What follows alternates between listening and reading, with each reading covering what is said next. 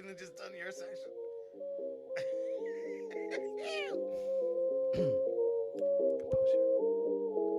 Hello and welcome to the Disc Dungeon, where we put you on to melodies from the deepest, darkest dungeons of your computer disk.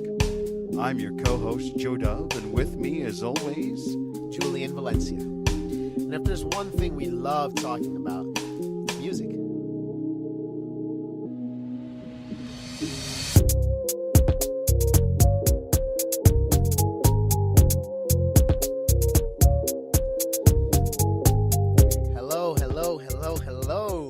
hello. How you guys doing today? First off, happy holidays. Merry Krima. For those Catholics and Christians out there, Merry Krima. For those of you who are Hispanic, I know Christmas was on the 24th. So it's been 2 days. You guys probably ate all the leftovers already. Portuguese do that too. Ah, Everything is the 24th. So it's just basically everybody else but Americans. Yeah. We're special. Yeah, get her done. Get her done. Well, today we have a very, very awesome episode for you. Today's emotions will run wild. Today we will tap into a topic that maybe at one point all of us will go through. It's inevitable. 50% of the population deal with it. Divorce. Oh. Wah, wah, wah.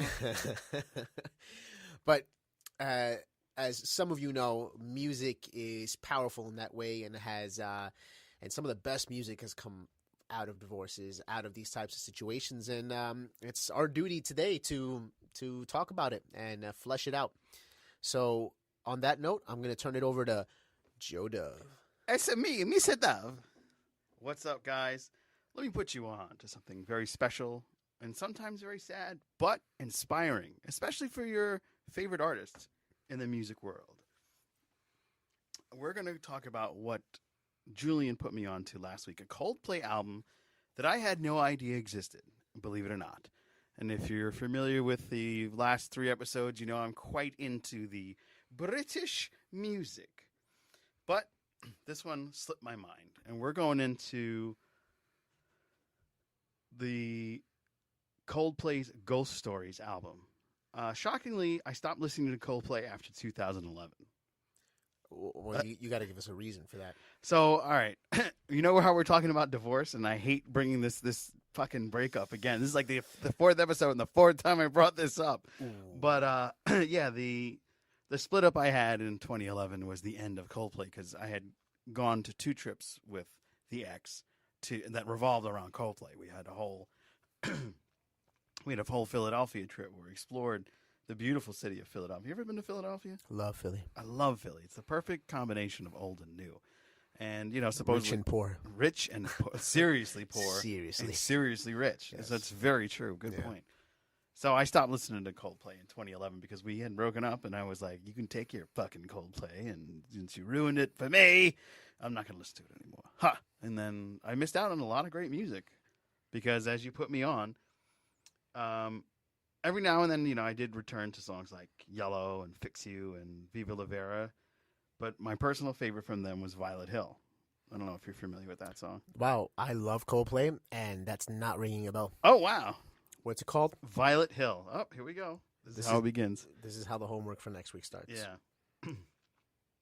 And it's ironic because, you know, we're talking about how Philly is like 2 extremes of poverty and richness. It's a deep poverty story, Violet Hill. So that album had some great tracks. The album that you put me on to, the Ghost Stories, had some amazing tracks. And, of course, this whole album is based off of his divorce with the lovely Gwyneth and Miss Iron Man herself. Yeah. Before she started shoving crystals up her woohoo. The song that hit me hardest was Always in My Head. You know, I'm especially dealing with some personal struggles in my life right now, and somebody close to me is very ill. But this was by far my favorite track on the album. The whole. I'm getting chills. Yeah, because it's right now just thinking about that song. Yeah, man. the deepness of it, the mixing, so I love good instruments, and that one really got deep into it. This was the 6th studio album for Coldplay. Hmm. So let me just get into the album really quick because this song gave me that out of my own space feeling. That's what I really needed this week with everything that I'm dealing with. So, it's actually extraterrestrial to me almost. It just got me to another level altogether. Yeah, just to be honest, I mean, I don't know if you guys are able to see this or not, but like, I'm literally like on the verge of crying just thinking of this, just thinking of the place that this album had in my life. So I'm really looking forward to hehearing your experiences with this after I'm done really quick. I promise to be quick. Let me finish. Oh, man, you're crying. So let me finish, and then you can start crying. Okay. Welcome to the room, both of you guys. We're very excited to have you there. If you don't know, we actually take notes during our show. We live stream on YouTube, and then all the music that we've mentioned, we actually link in the comment section or the about section of the YouTube video. So if you want to listen to the music that we're talking about, head on over to YouTube in a couple of days, and it'll be all set up. So we appreciate that. And make sure you like, subscribe, follow, share, and tell your mama about this show. And your mama's mama. And your mama's mama, too. So anyway, this album was co-produced with Paul Epworth, along with the returning Milo Exalo producers. I don't know if you remember that one. Oh, yeah. Yeah, that was a good album, too. But, of course, I actually found out about it listening to this because it came after I listened to this whole thing. It popped up, and I was like, oh, they had another album I missed. Oh, yeah. They just came out with an album. Yeah, I just heard. Yeah, I also heard that. And that's a whole nother direction, but we'll get to that. We'll tap into that later.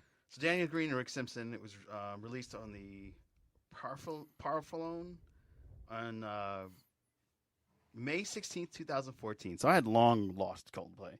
At 2014, I was like, I think I stumbled on I Am, Who Am I at this point, and I was like, just diving into the world of Swedish electronica at that point. And totally switched my music ear. And it features producers like Timbaland, which I didn't know that my man Timbaland was on it. I love Timbaland. He's on everything, man. Yeah, he's amazing. He is. Midian and Avicii was also on that. And this is the band's frequent collaborator who also popped up, John Hopkins. It was nominated for Best Pop Vocal Album at the 57th Grammy Awards. Did you know that? No, I did not. Oh, yeah, neither did I. And at the 2015 Billboard Music Awards, it was nominated for Top Rock Album. And let me tell you, I can feel the hurt in the album, as most songs return to the more somber and melancholy style found in their earlier music as Coldplay. As you said, Chris Martin was inspired by his divorce with Gwyneth Paltrow. You can clearly feel that the real pain in another song that I really liked, which was True Love, where the tone is very slow, but the guitar has that long... And I just love the sound. I absolutely adore. You find that a lot in a lot of British rock. Pink Floyd's famous for it. Sting, of course, my buddy. No more of him. If there's one thing that you're gonna learn about Joe Dove in this podcast is that he loves Sting. Yeah, that hasn't changed since like 1982. From diaper to Sting. So yeah, the True Love, the guitar stretches, and it kind of fills in the pain where words can't describe. I think that's to me the point of one of those things. And the reason why I bring all that up, they've had some really good success with this album. It sold really well. It was well received for the most part. And I think that has to do with the power of divorce. Because which is the title of this episode. Yes, by the way. It is. We actually title these now. We're every episode we try to upgrade a little. So, the power of divorce leads to some of the greatest music. Every Breath You Take was the Sting divorce. This album was Coldplay's divorce. Seal had one of his best albums during his divorce with Heidi Klum. So much great music with sadness. The list goes on and on. I'm sure there's like a million you can think of. If there's some song that you can... Whatever happened to Timbaland? All right. So Timbaland's still around. He's still producing music, but he doesn't pop up and dance around. And that's Scott. Yeah. What's up, Scott? Hey, Scott. Yeah, just actually, Timbaland is probably more active now than ever before. Oh, see, now I'm getting put on. But he's the thing is that he's understood that his probably his main strength is as a producer. you won't see him drop his lyrics as much as he used to before, but man, he's touching a lot of material out there that we simply just don't even know about anymore. Yeah. So Timbaland's the man. So that's what happened to Timbaland. He's still behind the scenes doing his thing. So that song True Love, where, like I said, the tone was low, but those guitar stretches can really get you through. I just want to touch on some of these lyrics that got me, because, like I said, this album really got me. I mean, I'm not divorced. Oh my God, look at this video. For a second, I was in control. I had it once. I lost it, though. And all along the fire below would rise. And I wish you could have let me know what's really going on below. I've lost you now. You let me go. But one last time, tell me you love me. If you don't, then lie. Oh, lie to me. What a juxtaposition. Right? Oh, my God. Because he's literally, in the first 6 lines, he's asking her, why haven't you told me what's going on? But then he resolves to say, you know what? I mean, if you don't love me, then just lie to me. So he's contradicting himself, but in that contradiction is the truth. And the truth is that, you know, tell me what's going on, and even if it is you don't want to be with me, lie to me, because I can't deal with the fact that you don't want to be with me. Deep. And that's the power of divorce, man. And I know you've had recently experienced some unfortunate separation yourself. Yeah. So did you find yourself going back to this album? Well, just to make it official, we are officially going into Music Saved My Life section of our podcast. Yes, absolutely. Yeah, man, this is the reason why I put you onto this album, dude. See, I can't even speak about this album without getting like a emotional, a heavy sensation in my chest. But yeah, you know, I had, right now I'm going through something, but when this album came out, I had broken up with my ex-girlfriend, and this was in between my next relationship. So this was a period of about a year and a half. And when this album came out, the first song that I heard on this album was actually called Magic. That is my favorite song on this album. And yeah, I did like that one too. That was a good. Magic that song Magic is so simple too, because he literally repeats the word magic tons of times. So it's not like this is a very lyric intensive song, but it's about the nuances of what he says. I'll read you a little part at the end. You could sing. Why don't you sing it? No. And if you were to ask me, after all that we've been through, still believe in magic? And then he goes, well, yes, I do. Oh, yes, I do. And he repeats that a couple more times. Oh, yes, I do. Oh, yes, I do. And at the end, he changes it up slightly, which is just, of course I do. You know, and that pretty much sums up that period of my life where I was going through this hurt. I was going through this breakup. I was going through a transition period in my life where, you know, I think anybody out of a relationship is there. It's a period of rediscovery. Right. You know, and rebuilding. Exactly. But there's a lot of people who lose faith in relationships, in that quote unquote magic. But I've never been like that. If anything, just like he says, do you still believe in magic? Oh, 1,000%. Because I knew that out of that struggle, out of that darkness that I was in, that magic that happens in relationships is bound to happen again. So of course I still believe in magic. And yeah, and I would say that this song, along with Oceans, yes, those two were really the ones that really impacted me. Oceans specifically because, you know, what I get from this song is that, you know, this is pretty much just like is him pouring out his heart, telling the world how alone he is, how, you know what I mean, he's pretty much in this ocean. You know what I mean? And you know, you think of an ocean, you think of the, you know, the largest body of mass on Earth. with all these sea creatures and all these things living in it with you, and how can you be alone? But he still was, and that's kind of how I felt. I felt like, yeah, I had my friends, I had my family, I had things going on around me, but losing that person that was so dear to me and so close, and I had shared so many moments with, I could be in a room with 50 people and still feel alone. And so to tie that back into now, this album came out. When did this album come out? May 15th, 2014. 2014. So in 2015, I got into a relationship, and that relationship lasted all up until this year. So I was with her for 7 years. We were married this year, and we got divorced this year as well.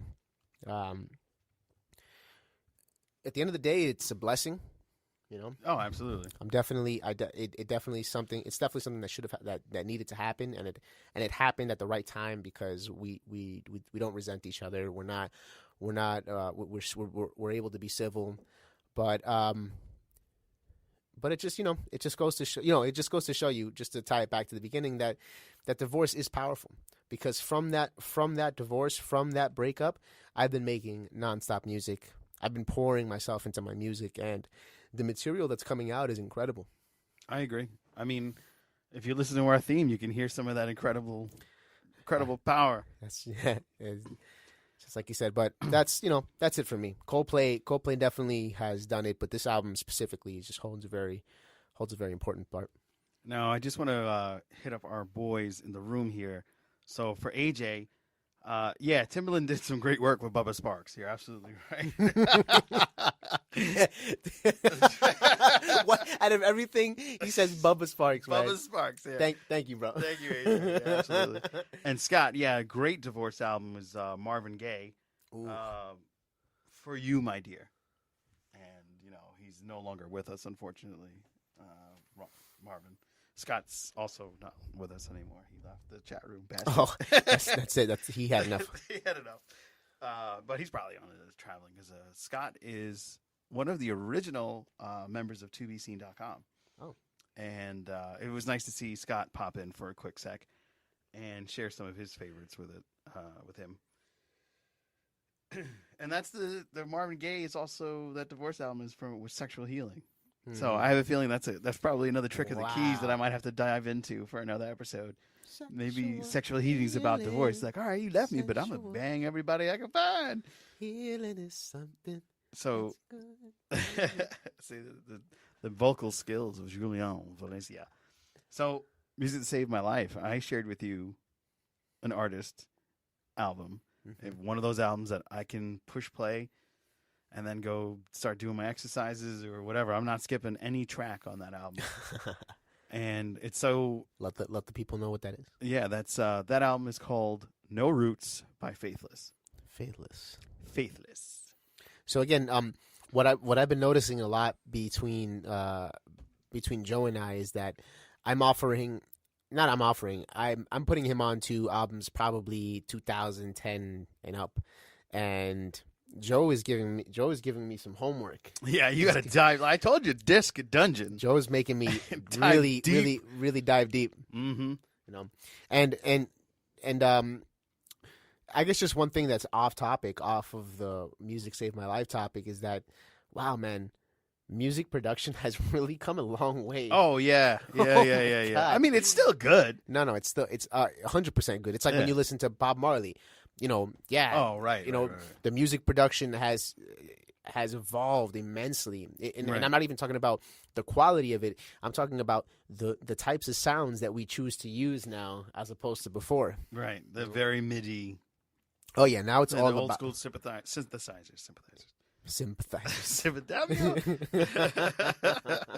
Yeah, the old school synthesizers are like it's an N64, and then all of a sudden, welcome to PlayStation 10. Yeah, you know what I mean. That's what the difference is between now and then. But tell us about No Roots. No Roots. All right, this is one of my favorite albums by Faithless. It came out years and years ago. No Roots has, like I said earlier,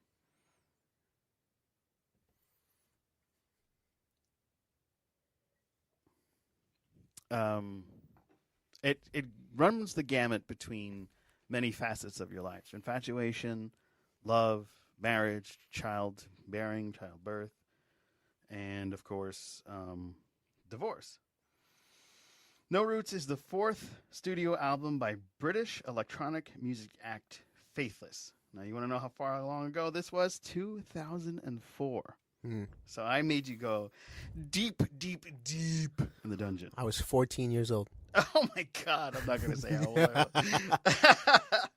So this album I really like because one of the things about Faithless is they start throwing a bunch of different vocal artists on it. They have songs with one of my current favorite vocalists,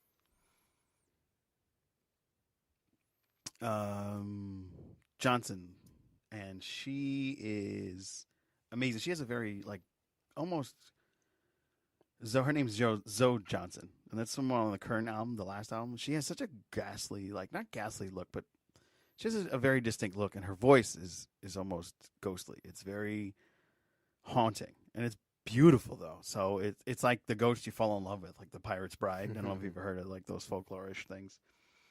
But this album features, per usual, different vocals from Dido. Remember I was telling you? Yeah, Dido. LSK, who's retired. And the late, great Nina Simone, who was from my old town, Mount Vernon, New York. Yeah, she had a studio above her garage and would mix right in town. This album came out in June 2004. You can find it in the categories of trip-hop, trance, and alternative rock. It was actually featured in the FIFA Awards years ago. So a lot of fun information there. So this starts off with this intro. That's you think it's going to be like a reggae album. No roots, no trees, no family, no way. And then you're like, oh, okay, so this is going to be, and then it trips in the weapons of mass destruction. You know, it gets a very political song, which is something that a lot of Caribbean music can lead to, but this is not where that's going. It went into this left steer totally and went into a trance trip hop song. And then I Want More. It's that Lust song that I was telling you about. I Want More Part 1 and Part 2. And those songs are typical. They have the LSK version, which is, hey, friend, your misery bewilders me. I'll come here never satisfied or gratified. 4 rooms and a roof and electricity. And it just gets into settling in life, which is something I really dug because in 2004, things kind of were stabilizing. We had a very rough 2002. 2004, things were getting better. My mom actually, who was extremely disabled, had a surgery, was walking again, and we went to our first concert in 2002. And in 2004, she was rocking the mic. She was running around, and we were having a good time. So this album happens to be in an era of good times for me. So, a lot of the songs were fun. And then the I Want More version that's more of a running track beat. So you get so much out of this album because it pops around between high-paced melodies and deep trip-hop sounds and then gets into something almost sad because, in the end, gets into very harsh poverty. You had it all, you lost it all, And it's it gets into a story about 2 children. And LSK sings one track, and the lead singer of Faithless sings the rest. And it just pops around between a scenario of extreme poverty where the same do-rag the woman uses to put out cigarettes, she's now wrapping her baby in. Whereas LSK's version is, I came home and there's lights and everything's good. It's just so amazing to listen to this album. I highly recommend it, and it'll be in the comment section and the information section of the YouTube video. So make sure you come back and check it out. And then, of course, the main track, No Roots. Did you listen? What did you think of that song, that album? Let me hear your thoughts on it. All right, so I have to start off with saying that I also thought it was a reggae album. Yep. Then I started to see this album shift into this trance. I call it the Matrix feel. Yeah. Because whenever I think of the music in the Matrix, that's kind of where it brings me back to. Yeah. I can understand that. Same time, Matrix came out. Like right, Oh yeah. one of the ending. I think the Revolutions came out. Actually, I wonder if any of their songs were used. No. In the Matrix. No. No. Okay. Because I would have been put onto them a long fucking time ago. Are you asking me what do I think about the music? Or yeah. Let me hear what you think about the music, and then favorite songs. Like I broke down my favorite songs from the Coldplay album. So. It has to be. I'm pretty much going to say the same thing as I did last time, and I know this is like very closed-minded of me, but it's just how I feel, guys. And this is my podcast, so fuck you. You get to do what you want. I really have to say that like that the production is something that jars me right away. And it's not to say that it's bad. It's just to say it just makes me realize how stuck I am in these times now. Mm-hmm. You know how used to how basically how I'm comfortable with the way things are being made. Music is being made sonically nowadays. So when I hear an album like No Roots, my first reaction is to think like, oh wow, like this production sucks. But ouch. Exactly. But that's not the case, right? Mm-hmm. Because we're talking about an album in 2004. We're talking about the best of the best from that time. The gentleman's voice, the way that he sings, I love his lyrics. Right, his lyrics are great. I love his lyrics. I don't necessarily subscribe to how he sings, or the timbre. It's very like he must smoke. That's what I get from his voice. It's very like almost raspy, smoker. Issues. Yeah, I mean, again, this is so subjective because I listen to bands where like the guy sounds like he's croaking every single time, but I love it, and that's not always the case. And in this case, I wasn't really feeling his voice, but I was much more engaged by the lyricism behind it. His name is Maxi Jazz. Maxi Jazz. It's a cool fucking name. So I'm gonna read you off a verse from this, from No Roots, the song No Roots on the album No Roots by Faithless. It says, "Our first fuck was more planning than luck. I had a deep understanding of what makes you hot. I did my homework till my dome hurt, and I was a stone flirt. Hustling for some prone work, and I don't stop. I knew that you were good for me. You and I fit together so beautifully, but only for 3 years were we in harmony." So, right off the bat, I love that he's so specific. You know, because music in general is so easy to just be metaphorical and general and broad. And even though that's great when you're singing a song like Pharrell, like "Oh, I'm so lucky," you know what I mean? Mm-hmm. Like it's a feel good song. You don't need to get too into depth. We get it. Everybody feels good. But in music like this, where he's telling a story and he's being very specific. He's giving you time. He says it was 3 years you were in harmony. He's talking about fucking. He's talking about luck. He's talking about he's tapping into different senses, and I appreciate that a lot because when you're listening to music and you're hearing somebody touch on all these senses, that's your connection to that becomes much stronger. Right. And so that's that. I mean, all in all. Do you want me to give this a rating? Do you want me to? I just want to know. Like, you groove it? You like it? I would not listen to it. No. Really? Yeah. Wow. I would listen to the lyricism. I would listen to it as poetry. Mm-hmm. But this would not be an album that I would pick up and listen to again. Wow. How about that? No. Man. Sorry, That's guys. too bad. That's too bad for me because I absolutely adore this album. He's another one that's bombs that I really like too. But he, again, relies on a lot of other singers, and I think that helps this case. He's just more like a rap talking more so than a singer. And that's the beauty of music because... Yeah, it's subjective. Because my opinion is not right or wrong. It's just my opinion. My opinion's right, though. It's my podcast. I mean, you're Joe Dove. All right, so that wraps up our Music Saved My Life? Yeah, we're going to move on to the... So, in this section... We call it Behind the Beat. Behind the Beat. And so what we like to do in this section, so for those of you who don't know, I'm an artist. I'm also a producer. Right here in this studio where where I'm waving my hand, where receive ready. This is where I work with a lot of my artists. And what we do is we'll take any artists that I've worked on this week, and we just talk about the process. We talk about the ups and downs and what's going on, or anything interesting that happened during those sessions. And so this week was a very slow week for me. You know, it's the holidays. Merry Christmas. Merry Christmas. a lot of people canceled. You know, no, I mean How frustrating is that when you like prepare everything, you worked on the beat, and you're ready to go, and then it's like, oh, so sorry. Well, I mean, it was frustrating in the beginning, like when I first started doing this. Now it's honestly part of the job, because Expect the unexpected.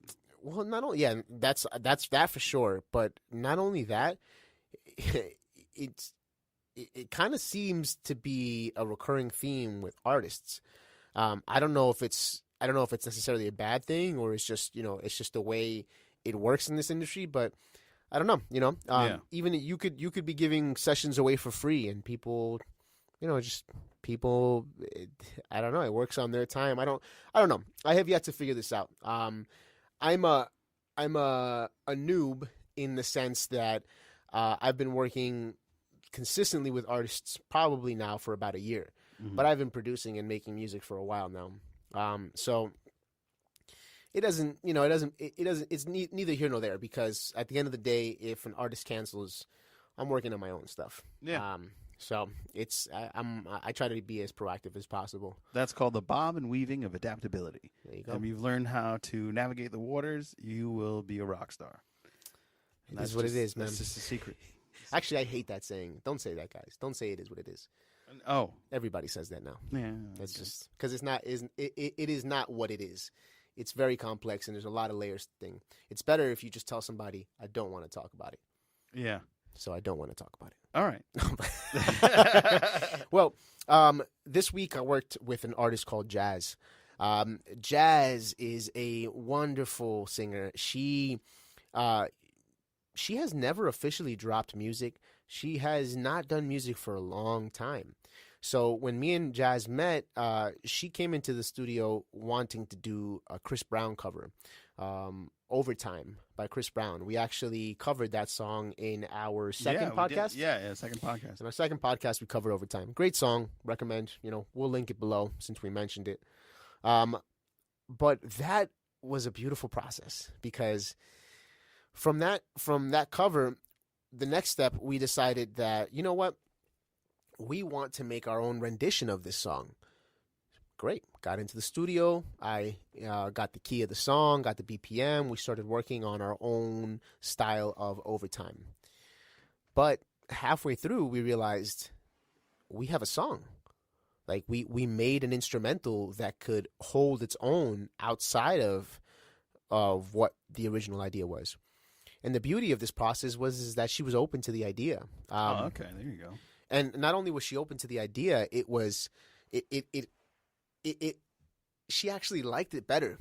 And we got to the root of why we did a cover in the first place. And the reason is because she didn't believe in herself. She didn't believe that she could make a song on her own. She thought to herself, you know what, I haven't done music in so long, I'm just going to do a cover. I'm going to play it safe.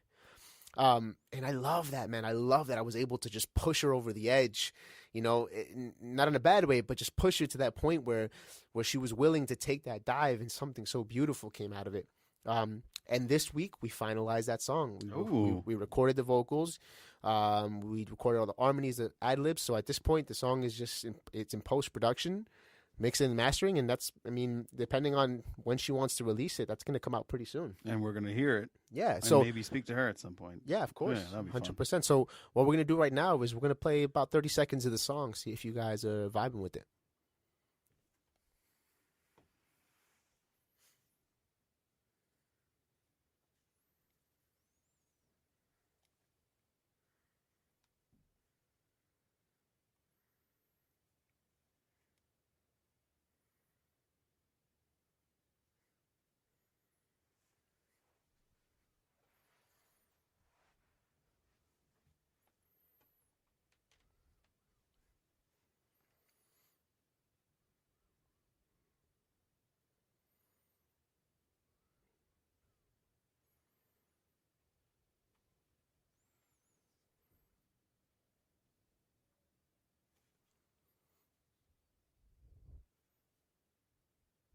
All right, guys.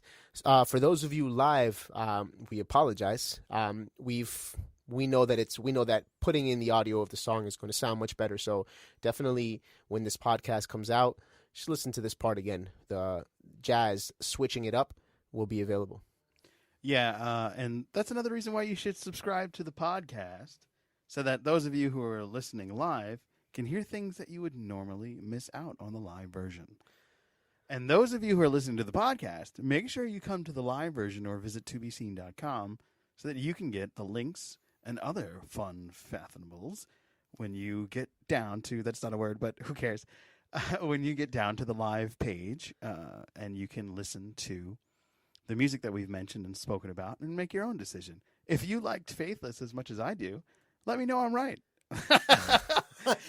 Or let me know I'm right. Or if you hated it, let him know he's right. Actually, we're not even kidding. We would love to hear that. Yeah, not just because one of us wants to brag, but also because it's really going to give us an insight on what you like. Right, exactly. So we'd love to hear from the audience. But I've got no hate for those that hated the music I love.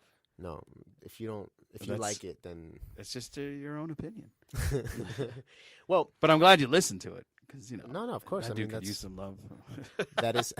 No, they retired. So, yeah, he retired in like 2012. He retired. Okay. Yeah, he helped Dido get on Eminem's album. He was like, oh, I'm good. Or in my world, ditto. That's right, ditto. Ditto. All right, guys. Well, we have one more section. Tricks of the keys. Dun, dun, dun, dun, dun. So clang, clang, clang. We're gonna come up with something. Don't worry. We'll have something cool. Something cool. Yeah. So maybe I'll borrow one of my friend's cats and have him run across a piano board. That's what I'm saying. Something that sounds like keys, but it's not necessarily. It's kind of distorted. Anyways. Right. Anyway, so we're gonna get into one of the fun things I like to do. I'm a big fan of the occult. I don't dabble in any of it, but I like to listen to it. I just like to peek over and be like, "Whoa, what's going on over here?" And, and I'd be the guy they'd be interviewing on the news. Wow, that building was on fire. What happened, sir? Oh, man, you wouldn't believe what happened, miss. I seen everything. I'm that guy. Why did you... Why did I suddenly become... Where are you from now? I don't know. I'm a mimic. You'll be anywhere. But this week, we're going to dive down into... Now, there's a lot of different musics that conjure the occult. This particular one is a song, and specifically Symphony for the Devil. That is a Rolling Stones song, and there's a lot of strange coincidences with music sometimes. Not all of it is right and rosy, and not all of it is going to soothe the divorced, broken heart. Some of it's just going to downright almost kill you. So the reason why I bring this up is I remember in 2012, I want to say, 2012, a buddy of mine was like, "Hey, I really want you to go to this concert with me." And I was like, "Okay, whatever. I'm down." And he was like, "Oh, sweet. That's great. I can't wait. It's going to be so exciting." He said, "We're going to go in the mosh pit." And I'm like, "The mosh pit? I'm not doing that." I'm like, at the time, younger than I am now, but old enough not to be going in a mosh pit. You got it. You're not going to know my age. So he's like, yeah, it'll be fine. Don't worry. There's going to be a cover band. There's Stones cover band. And, they do a great version of Sympathy for the Devil. And I was like, there's something about that song. I knew that there was some weird things that happened.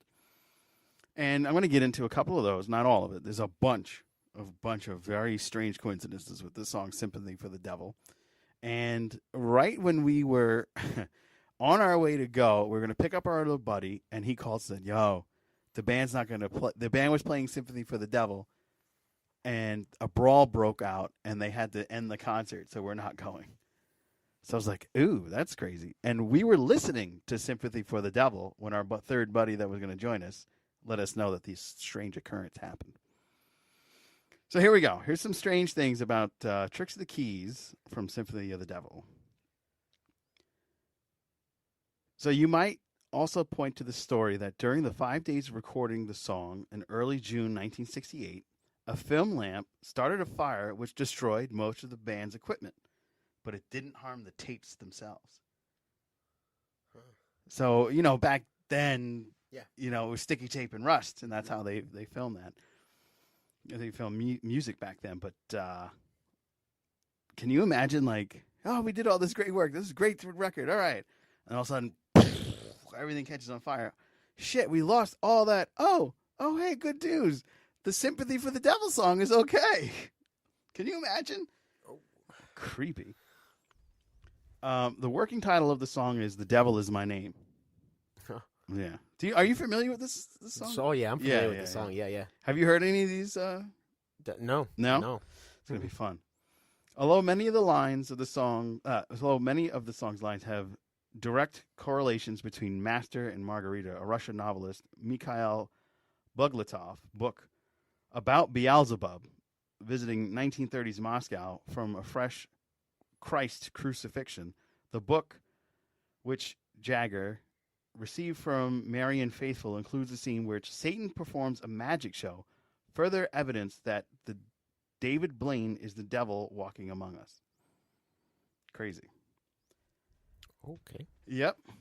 So the original studio recording at London's Olympic Studios has the chant of "Woo woo, woo woo, won't you get my name?" You know. So that started in the control room when, kicked off by producer Jimmy Miller, a group of Anita Pallenberg, Marianne Faithfull, and a quartet of an elite film crowd who turned up at the studio and sing along to whatever the Stones were recording that day. Producer Jimmy Miller put a mic into the control room and recorded that.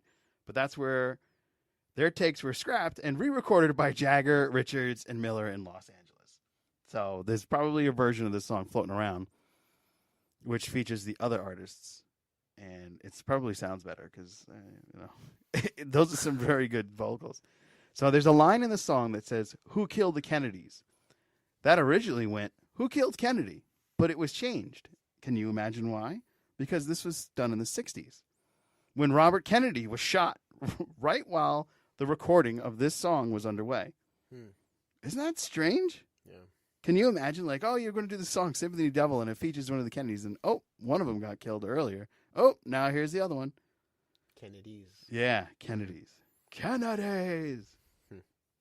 I was just watching The Irishman. Oh, day, yeah. So, they're very entwined with the Kennedys. Yeah, you take that flag. Don't put it all the way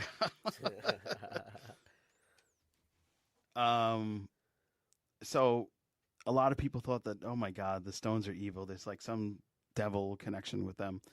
So the Stones certainly got their fair share of controversy out of the song, though, as its religious groups pointed out to this track, plus the fact that their previous album was called Their Satanic Majesties Requests, as proof that the bands were devil worshippers. This tickled the band to no end, because they were just innocent kids coming out for a good time. And they're just saying, they're evil, says Keith Richards. And, oh, I'm evil, really? So what does that make you start thinking about? What is evil? Are there black magicians that are acting us as unknown agents of Lucifer who think we are Lucifer? Everybody's Lucifer. Can you believe that? Can you imagine, like, somebody telling you, you're the devil, fuck everybody, everybody's evil? I would probably have the same response. Yeah? I would probably tell them, like, I think because I genuinely believe that. I genuinely believe, like, if you believe in good, you believe in evil. If you believe in evil, you believe in good. I believe both have to exist. Yeah. It's a balance. I do. I mean, we try to find a balance, but the reality is that some of us are more good and some of us are more evil. But we all have that duality. Yeah, absolutely. So that's just a little bit of the tricks of the keys from the Rolling Stones. I've heard rumors where at one concert they were playing this song and someone got stabbed in the audience. But I haven't been able to verify that. I've been looking for that all week because I really wanted to talk about it, because literally I was coming home and somebody was mumming it, like murmuring it on the bus. And I was like, ooh.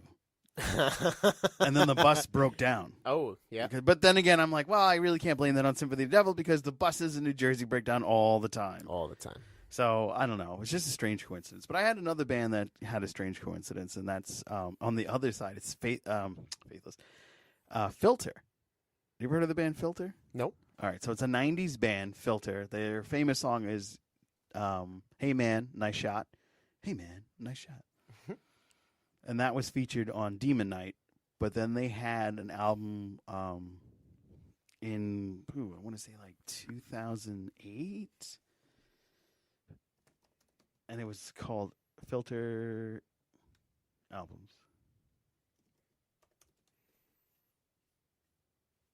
Yeah, that the title of the record. The Trouble with Angels. That was the name of the album. 2010. 2010. Okay, I was close. 2 years off. Mm-hmm. So The Trouble with Angels was one of those that I would listen to. And, I mean, there's a lot of great tracks on this. There's a music video that you might like. I think it features either Carmen Electra, who was popular at the time, running around in a bikini. Yeah, for real. The name of that song is No Love.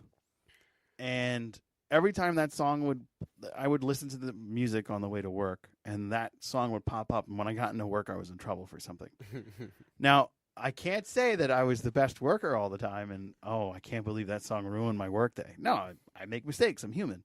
And it's just a coincidence. But why is it every time that song would play, the minute I got into work, kid, what's wrong with you? This is wrong, and that's wrong. And it's like, oh. And then the days that I didn't listen to that, nothing was wrong. The law of attraction. Yeah, that's all.